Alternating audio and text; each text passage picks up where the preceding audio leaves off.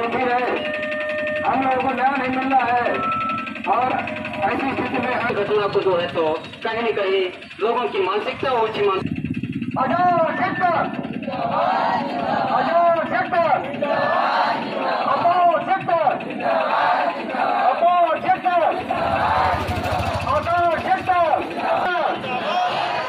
नदी एक्टर नदी एक्टर जय सेक्टर बाबा साहब बाबा साहब बाबा साहब भगवान बिरसा मुंडा भगवान बिरसा मुंडा भगवान बिरसा मुंडा।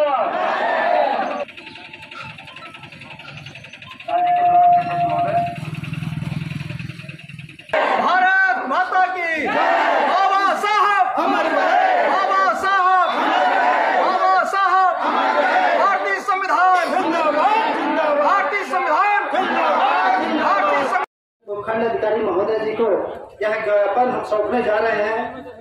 जो पहला ज्ञापन होगा महामहिम राष्ट्रपति महोदय भारत सरकार नई दिल्ली, दूसरा होगा माननीय प्रधानमंत्री महोदय भारत सरकार नई दिल्ली, तीसरा है महामहिम राज्यपाल महोदय मध्य प्रदेश शासन भोपाल, चौथा होगा माननीय मुख्यमंत्री महोदय मध्य प्रदेश शासन भोपाल, पांचवा है श्रीमान मुख्य सचिव अपर मुख्य सचिव महोदय मध्य प्रदेश शासन भोपाल, छठवां है माननीय मंत्रीगण विधायक सांसद महोदय द्वारा अनुविभागीय अधिकारी उपखंड चित्रंगी जिला सिंगरौली मध्य प्रदेश। विषय है महोदय जी, अनुसूचित जाति जनजाति वर्ग के कल्याण हेतु विशेष घटक योजनाओं में प्रावधानित बजट की 100% राशि का हितग्राही मूलक मद में ही व्यय की जाने वाला। महोदय उपरोक्त विषयांतर्गत निवेदन है कि यह प्रायः देखने में आया है कि बजट में विशेष घटक योजना के तहत अनुसूचित जाति जनजाति वर्ग के कल्याण हेतु मद में प्रावधान तो कर दिया जाता है, किंतु उस बजट राशि का उपयोग कहीं अन्य स्थान पर ऐसे कार्यों में किया जाता है जहां पर अनुसूचित जाति जनजाति वर्ग को नाम मात्र का लाभ होता है या नहीं होता है, जिसके कारण अभी तक प्रदेश में इन वर्गों का उत्थान नहीं हो पाया। महोदय जी, आप मध्य प्रदेश को उत्कृष्ट राज्य बनाकर प्रथम पंक्ति में लाने का प्रयास कर रहे हैं। मध्य प्रदेश में अनुसूचित जाति एवं जनजाति की जनसंख्या लगभग 40% है।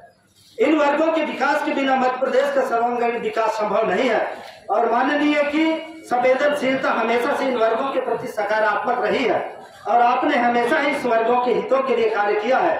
इस हेतु आजाद संगठन आपका सदैव ऋणी रहेगा।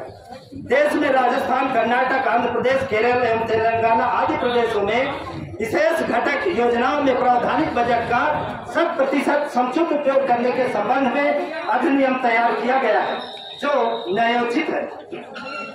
अतः आपसे विनम्र निवेदन है कि उपरोक्त राज्यों की भांति मध्य प्रदेश में भी अधिनियम बनाकर लागू किया जाए, जिससे बजट में प्रावधानित राशि का 100% उपयोग किया जाना संभव हो सके और आपकी एवं संविधान की मंशा के अनुसार प्रदेश को विकसित राज्य बनाने में सहायता मिल सके। संघ आपका सदैव आभारी है। दूसरा विषय है श्रीमान जी बैकलॉग के रिक्त पत्रों की पूर्ति करने बाबत। दिनांक 30/4/2016 की स्थिति में शासन के अधीनस्थ विभिन्न विभागों में अनुसूचित जाति, अनुसूचित जनजाति और पिछड़े वर्गों के 1,03,458 बैकलॉग पद रिक्त हैं, जिसके संबंध में शासन द्वारा माननीय सर्वोच्च न्यायालय में दस्तावेज प्रस्तुत किए गए। महोदय, आप मध्य प्रदेश को उत्कृष्ट राज्य बनाकर प्रथम पंक्ति में लाने का प्रयास कर रहे हैं।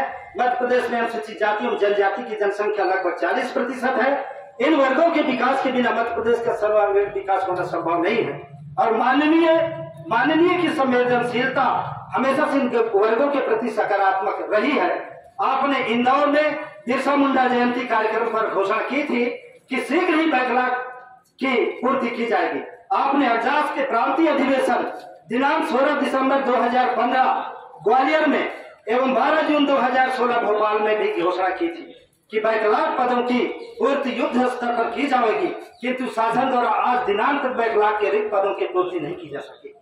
कृपया अवगत होना चाहेंगे कि कुछ वरिष्ठ अधिकारियों द्वारा आपकी सरकार को बदनाम करने के लिए इसमें बाधा पहुंचाई जा रही है, जिसके कारण आरक्षित वर्ग के बेरोजगार युवाओं में असंतोष व आक्रोश व्याप्त है।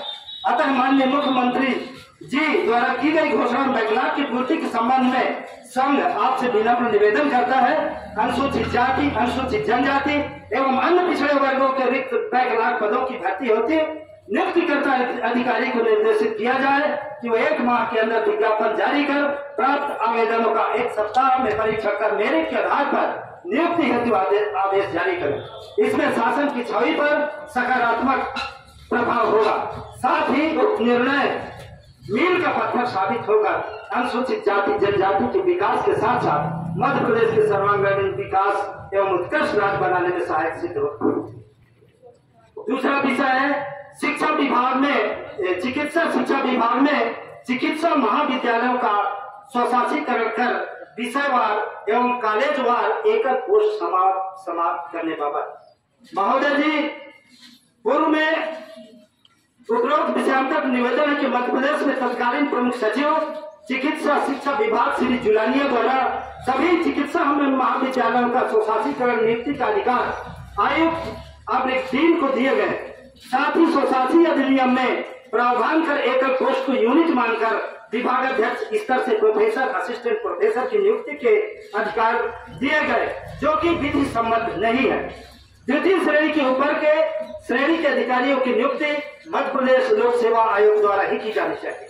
पूर्व में आपसे निवेदन किया गया था, जिस पर आपने तत्समय प्रमुख सचिव चिकित्सा शिक्षा विभाग श्री जुलानिया जी के निर्देश दिए गए थे कि सुपर न्यूमेरी पोस्ट स्वीकृत कर आरक्षित वर्गों को उनके अनुपात में नियुक्ति कर पूर्ति की जाए, किंतु आज दिनांक तक पदों की पूर्ति नहीं की गई। यह भी निर्देशित किया गया था कि राज्य स्तर पर अर्थात संचालनालय स्तर पर समग्र रूप से सभी चिकित्सा महाविद्यालयों को एकजाई कर रोस्टर तैयार किया जाए, अथवा संघ का यह प्रस्ताव है कि तात्कालिक व्यवस्था के लिए यूजीसी में नियमों के द्वारा विश्वविद्यालय में जिस प्रकार अल्फाबेटिकल रोस्टर तैयार किया जाकर पदों का आरक्षण किया जाता है, उसी अनुसार चिकित्सा शिक्षा विभाग में चिकित्सा महाविद्यालय वार आरक्षण का प्रावधान किया जाएगा। महोदय जी दूसरा विषय है अनुसूचित जाति जनजाति वर्ग के विद्यार्थियों को छात्रवृत्ति समय पर देने वाला। उपरोक्त विषयांतर्गत निवेदन है कि विभिन्न कॉलेजों में अध्ययनरत अनुसूचित जाति जनजाति वर्ग के विद्यार्थियों द्वारा शिकायतें प्राप्त हुई है कि उन्हें समय पर छात्रवृत्ति प्रदान नहीं हो रही है। विभिन्न शिक्षण संस्थानों में आरक्षित वर्ग के छात्र छात्रवृत्ति के लाभ से वंचित है। शिक्षण संस्थाओं में कुछ छात्रों को छात्रवृत्ति बिल्कुल ही नहीं दी जाती, कुछ छात्रों को 50% छात्रवृत्ति दी जाती है तो कुछ छात्रों को 20 से 30% की छात्रवृत्ति प्रदान की जाती है। इस कारण छात्रों को शिक्षण संस्थानों की ट्यूशन फीस इत्यादि भरने के लिए आर्थिक एवं मानसिक रूप से प्रताड़ित होना पड़ रहा है, जिससे उनकी शिक्षा पर प्रतिकूल प्रभाव पड़ना स्वाभाविक है। अतः संघ आपसे विनम्र आग्रह करता है इस संबंधित विषय को ध्यान दें। दूसरा विषय है मध्य प्रदेश के लोक सेवकों के हितों के लिए पुरानी पेंशन व्यवस्था